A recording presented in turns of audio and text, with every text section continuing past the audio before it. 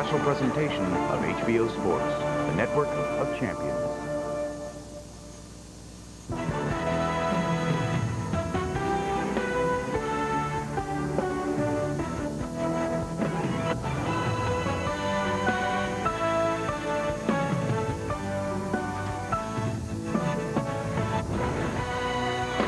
This week, a special preseason edition of Inside the NFL. In it, we look back at Super Bowl 32. Some people believe we saved football. I mean, like we made the sport interesting again. Like it was almost automatic that if the NFC team, playing the Super Bowl, they were going to win.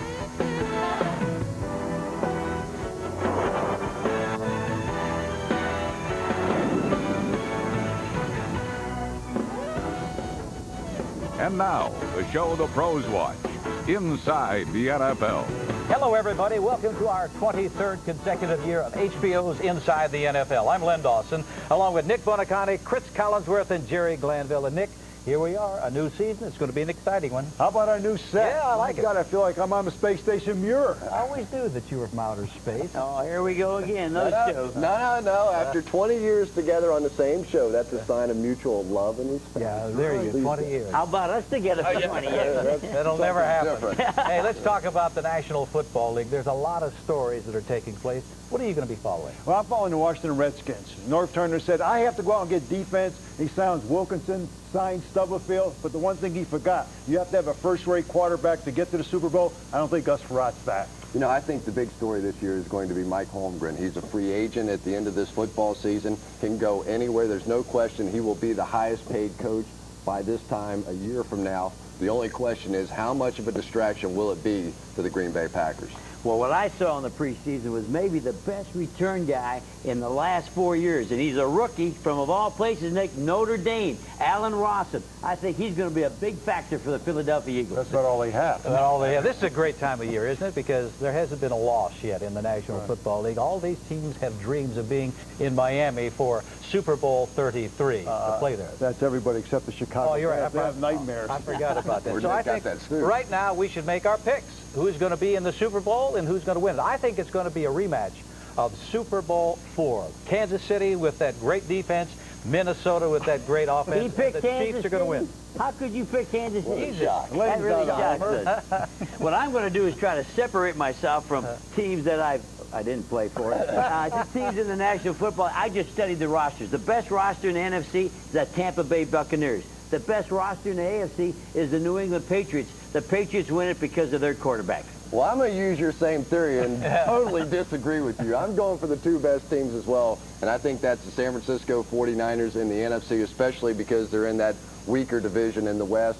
And then you've got to talk about the Denver Broncos. I look at that team. I think they're better than a year ago. San Francisco, though, wins. I have to agree with you. I like San Francisco, their offense, but I also like the Jacksonville Jaguars. Why? Because of their bookend offensive tackles, Baselli and Cersei, Mark Brunell. I like Jacksonville to win it all. And nobody mentioned the Green Bay Packers. Ooh, that's amazing. Hey, we'll be picking the entire slate of games in Week 1 in just a couple of minutes.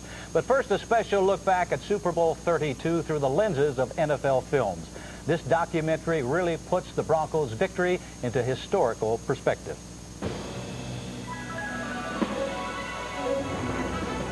Super Bowl 32 has been called the greatest Super Bowl ever, and with good reason.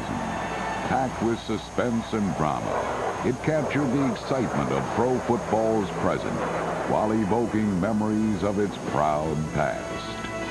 The Super Bowl 32 was more than just a football game. It was a stroll down memory lane.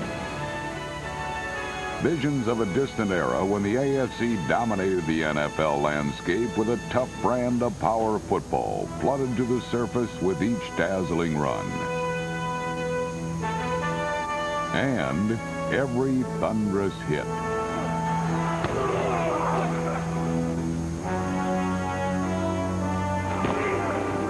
For the favored Packers, it was a chance to establish a dynasty and add to the Lombardi legacy. For the underdog Broncos, it was a chance to redeem 4 previous Super Bowl failures and pull off the biggest upset since Super Bowl III. It was a moment that reminded me a little bit of going back to Joe Namath and what those 69 Jets were all about, that it had really gotten to that point again. You know, it had really gotten to the point where when the line came out from Las Vegas, you knew it was going to be double-digit. You just didn't know how high it was going to be. The Jets defied the odds with an improbable victory. 30 years later, it was the Broncos' turn.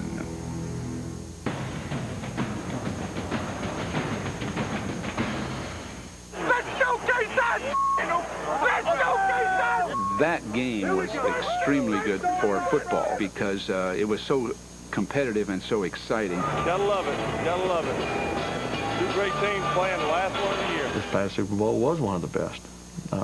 There were a lot of things that were going on before and during the game that was exciting. You know, it'll be talked about for a long time. Green Bay enhanced the game by being the defending champions and looking for that repeat. So the team that knocked them off not only was going to break that 13-year drought of the AFC, but they also were going to be a team that had to beat the world champions. Green Bay had come into the game as the next dynasty in the National Football League. Getting in the ring against a great champion, you have to be at your very best, and if you make any mistakes, it's over. And here come the Denver Broncos, the AFC, that poor child who just can't play with the big boys. The entire game had the scenario of David and Goliath. Whoever said they was the 12-point underdog don't know football, don't know squat. They don't know nothing. Everybody had a preconceived notion that Green Bay was going to go in there and blow somebody out. All of a sudden, Terrell Davis started to run the football, and everybody said, wow, this is a great game. I mean, it was a great football game. It wasn't lopsided. It was back and forth, and, you know, they went up, and we tied it, and then we went up, and then they tied it. Davis to the end zone. Touchdown, Denver! Now Favre straight back in the pocket, looking at that arm. Touchdown for the Packers. It looked as though Green Bay would do it again, but they faltered just at the wrong time, and the Broncos took advantage of it, and consequently had one of the greatest Super Bowls of all time. It was a game that went down to the last few seconds. It was a game where the last team with the ball had a chance to win the game. It had two great quarterbacks. People, I think, quietly felt that Elway was due, that he was sooner or later going to lead that team to a Super Bowl victory. And so it meant for a lot of drama. This one for Todd. The Broncos had had the opportunity 4 times before Super Bowl 32 to win the Super Bowl, and 4 times had failed. It is as many times as any team has failed in the history of the league. If they lost that game, it would etch us in history as ultimately a team that doesn't know how to win this game.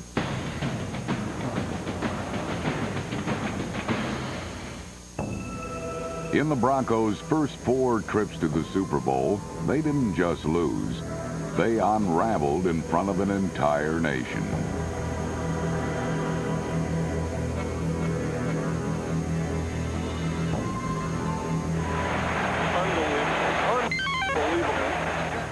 The 3 football teams that I was on, that was part of the 3 Super Bowls, did everything they possibly could to get themselves where they were. But when we did go to the Super Bowl, I thought the NFC was stronger than we were. And not only did we get beat, but we got embarrassed. I really believe that you have to have a consistent running game to actually win the Super Bowl. You have to have a very, very good defense. And if you took a look at our teams when I was with Denver, you took a look at a defense that was not ranked up in the top 7. More of a finesse defensive team that would change different schemes up, but wasn't very physical. And when you do that, it's hard to win Super Bowls.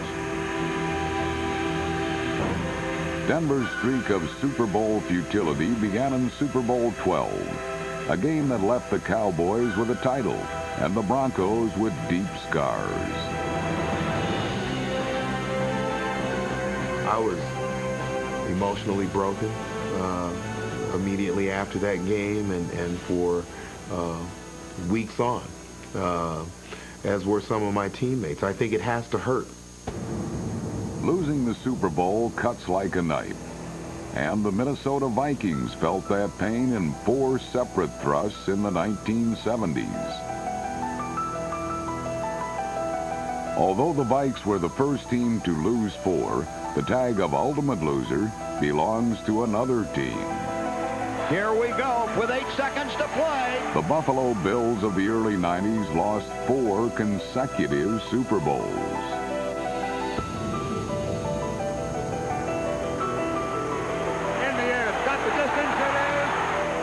It's like when your best friend dies and you don't get to say goodbye. That's what it's like. You wish you'd had that chance again. And you just know you're never going to get it. That's what it's like. And it's something that you feel. I mean, physically and mentally, and you carry it with you for a long time. And there isn't any question that after losing like 2 Super Bowls, by the time you get to the 3rd with generally the same grouping of players, you're really haunted by the ghost of the previous Super Bowls, and so you're almost waiting for something to go wrong. Man, oh man, oh man. Deja vu. We'll never be thought of as a great team because we never won a championship. That's an opportunity that will never come again, ever. It's gone forever. And that's a sick and disgusting feeling. That's what that game's all about. The Super Bowl is you win or you lose. If you don't win it, you're a loser. In Super Bowl 18, a favored Redskin team also felt the sting of defeat. Coming back on that plane, me and my wife, I mean, it was awful. I said, I cannot believe that we are the second best in this league, and I feel like this today. Mainly because the perception, when you lose that Super Bowl, people have a tendency just to pound you into the ground. Nobody remembers who loses the AFC Championship game. Everybody remembers who loses the Super Bowl. And you get branded, you know, and the mistakes that are made in Super Bowls just live with you for a lifetime. I fumbled once in the Super Bowl and really hurt our team. And I mean, it was a year before I could go to sleep at night without thinking about that. That's the interesting thing about a Super Bowl as well, is that with one win, all of the losses are forgotten.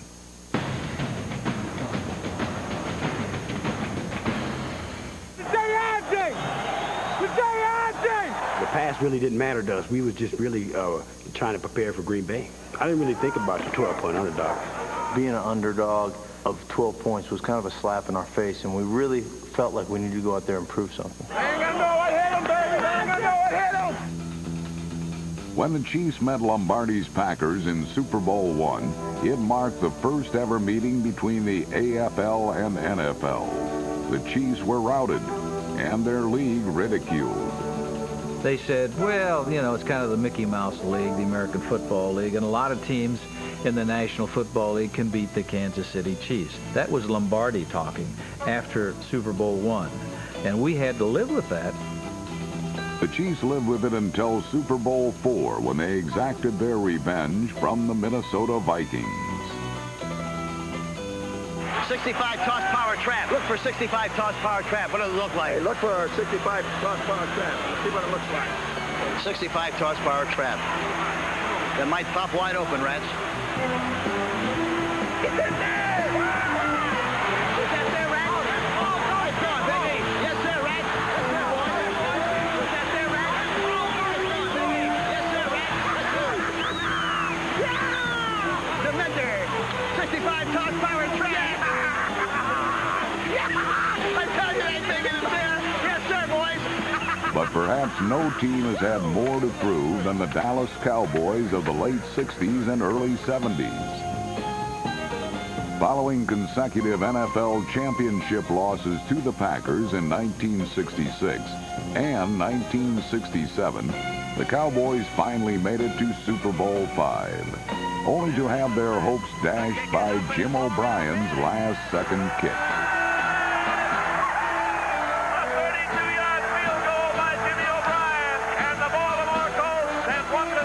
They were the best team of their era, with nothing to show for it.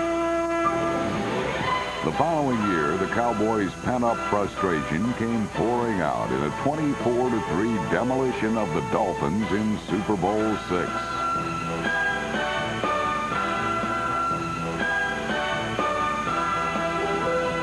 Dallas had overcome their history of losing the big game, something Denver hoped to do in Super Bowl 32. But after the game's opening drive, it looked like history would repeat itself. To the end zone. Back there is Antonio Freeman. Touchdown, Packers! Antonio Freeman on an absolutely gorgeous throw by Brett Favre. And you have to feel good going down the field the way we did. I don't know if it gave us a sense of being overconfident, but it definitely made us feel good. That's all right. That's all right. Let's go. Let's go. All right. It was precisely in this type of situation that the Broncos had wilted in Super Bowls past. But this team proved to be different. The Broncos responded by doing what they did best, run the football.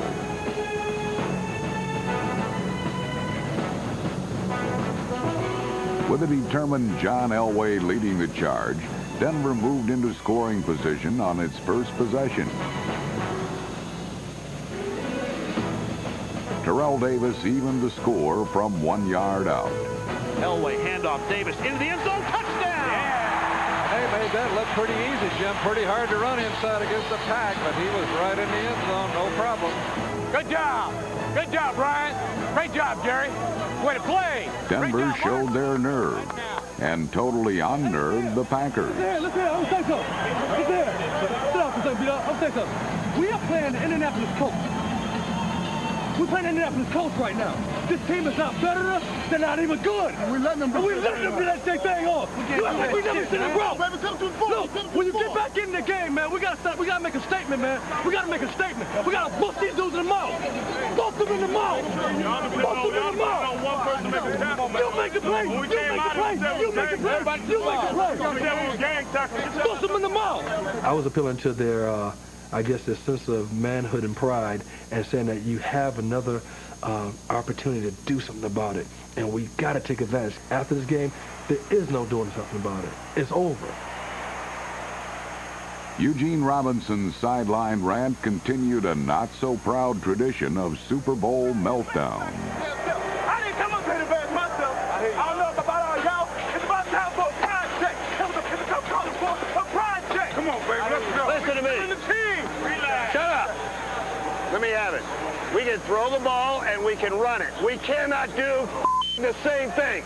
Don't be a selfish football player. When we give you the ball, do your job. And when we don't, do your job again. That's right. Now we're going to move this ball down like we have all year long. We're going to kick their ass. They have not done it to us yet. We're going to get the ball back. They're on the 10. When we get it back, we're going to mix it up just like we have. Don't come off this field telling us what to do. Paul Brown used to tell me when he thought I was going to be a coach, he said, coaching is like standing on the sideline with your hands tied behind your back and somebody just slapping you back and forth. He said, you know what's going to happen from the sideline, but there's nothing you can do about it. I think you saw Mike Holden getting slapped across the face figuratively because there was not much he could do.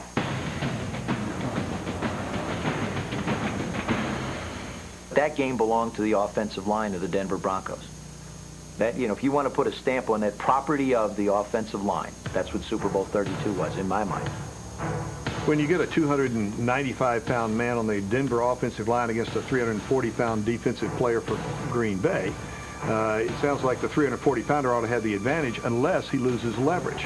And when he gets tired, like Gilbert Brown was, and starts to stand up, and the offense gets their pads under Gilbert Brown's pads, he's not the same player he was. Gilbert Brown was overweight. He was tired before the first quarter was over. Watching him come on and off the field, he was at a slow walk halfway to the sideline. And I can tell you, being a coach, you look at players coming on and off the field. And when they lose the spring in their step, you go after them the next time they're in the ballgame. You know, offensive linemen are like sharks. If they see a defensive lineman get tired, they're going back to the huddle. They're wanting to run the football. They are politicking their rear ends off to the coach. We can run on him. We can run on him. He's tired. Come on, suck it up, big boy. You got 11 minutes now. You got 11 minutes. You got 11 minutes left. Please, baby, give it. Gilbert, please give it to me, baby. We're starting to wear Gilbert down now, and he's starting to having trouble getting up.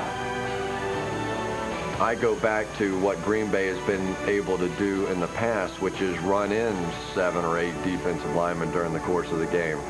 But it ended up in this game, because of the injuries, they couldn't do it, and they had to leave the same guys out there. And of course, Reggie White was getting older, and he was unable to play an entire football game the way that he had been throughout the course of his career. Reggie was not himself. His back was killing him in that Super Bowl game. I think that the Denver Broncos offensive line was big enough, and their running game, their running back, Davis, was strong enough that they could carry out the running game. Centers around Reggie White and the fact that he wasn't healthy. With the smallest line in the NFL, Denver turned a supposed Packers superiority in the trenches into a weakness. The last time I remember an offensive line controlling a defensive line like Denver did to the Green Bay Packers was when the Miami Dolphins totally took apart one of the great defensive lines of all time, the Minnesota Vikings and the Purple People Eaters, at Super Bowl VIII. Like the Dolphins, the New York Giants dominated the line of scrimmage on their way to a pair of Super Bowl victories.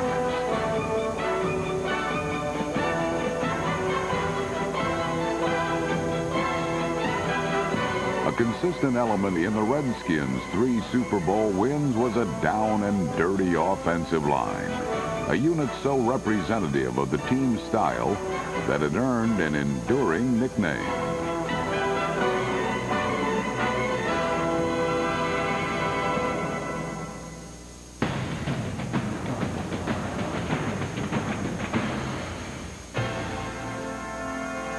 Well, if you take a look at the Super Bowl champions, I don't care if you talk about the Washington Redskins, the San Francisco 49ers, the Giants, the Cowboys. You're looking at teams that had excellent running backs and they established a running game. And that's part of any offensive football team, that you have to be able to run the football against a great defense. Shanahan duplicated past history with a running back named Terrell Davis. Terrell Davis. Terrell Davis. Well, he's going to find spots, and he was finding them. He was running hard, too. Trust me. The fact that Denver did run so well surprised everybody. Most importantly, I think it surprised our defensive line. We knew that Terrell Davis was a great running back. We knew that they had a good offensive line, but we had a good front seven as well, and we had guys that could play. And the fact that they did have so much success, I think, shocked everybody. I think running the ball right down our throat, that surprised me. I didn't think they'd be capable of doing that. Historically, the teams that have won the Super Bowl, they ran the ball. It's kind of humiliating to have a team run the ball against you. It's like a slow death. You know what's coming and you can't stop it. He's running what we call downhill. I mean, he's got great body lean. He's running hard. You're not going to flag him with an arm. When Davis turned on the spin cycle, he hung the Packers out to dry. The game's MVP rushed for 157 yards and a Super Bowl record 3 touchdowns, despite missing the second quarter with a migraine. And I think Davis may be shaken up. This would be bad, costly for the Broncos. How are you? TD. Dave, number 30 on the bench right now, getting some medical attention. My guesstimate is he may have a migraine. Need a little rest? I've been a migraine-free throughout the entire year, and here it is, the biggest game of my life, and I get a migraine. Hey, TD, you got to let me know next play. When I get migraines, I can't see, so I told the trainer, I told my position coach I couldn't see. What's that? You can't see. I said, well, I can't see. He was like, well, on this play, you don't need to see. It was that 3rd and 1 situation, or 3rd down and a yard and a half, where everybody was expecting a running play. And with Terrell Davis going out of the game, I knew that they would expect a pass. Just do this. You don't worry about seeing on this play because we're going to fake it to you, the 15 lead. But if you're not in there, they won't believe we're going to throw the ball. Well, my wife said I had a lot of compassion at that time. She was really excited when she saw that part of the highlight film. I just trotted back into the game. I was hoping I didn't get hit, because I really couldn't see where people were. Okay, we're going to go goal line. We're going to go goal line. We'll go with the slide if they go 6-2, okay? And if they stay with their base, we'll go with our Fox 3 run. The play was called a Fox 3. All I know is that I was supposed to fake like I was running downhill, like the play I scored on before. All I did was step to the side and run downhill as if I'm getting the ball and just kind of fake. just kind of drift into the meat of the defense. Play fake. Elway rolls right. He can run it in. John, it will trot into the end zone. Touchdown. There you go, Will. There you go, Will. Doubts about Davis's effectiveness in the second half were reinforced on Denver's first play from scrimmage. And a pitch goes back to Davis through the line, gets a couple of yards, lost the ball down about the 27-yard line. The Packers have the ball. The Packers have the ball. He got to get touched. He's scared to run the ball. He ain't running hard no more. He ain't gonna run hard no more. He's scared. They out the game. They gotta take him out. They gotta take Davis out. But Davis's dramatic recovery helped Denver finish off Green Bay and put an end to the AFC's seemingly interminable losing streak. Some people believe we saved football. I mean, like, we made the sport interesting again. Like, it was almost automatic that if an NFC team, played in the Super Bowl, they were going to win.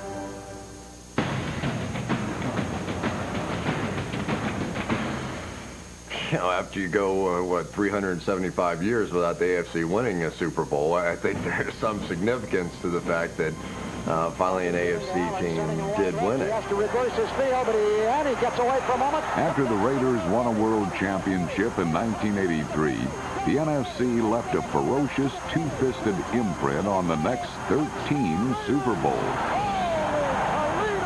Really what happened, it was a style of play. It was smash mouth kind of football. We've had the Giants and the Redskins, with power zone blocking, huge offensive lines. The Dallas Cowboys were pretty much inline blocking with huge people and real strong running attacks.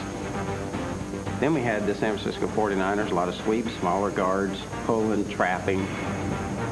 I think what's happened over the last 4 or 5 years, the real good coaches have taken some good things from here, some good things from here, and they've kind of meshed them together. Forever, it's been the NFC and their physical style of play that ultimately, in my mind, won Super Bowls.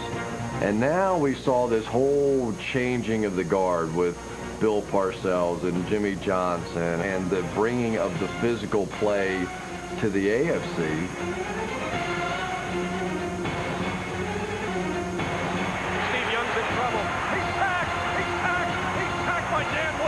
It kind of gives people a sense that the Super Bowls are not going to be just a total blowout for the NFC now. It just shows that the two leagues are pretty much even now. It's exciting for the '98 season to sit here and say, man, the AFC's got a chance to win back-to-back Super Bowls.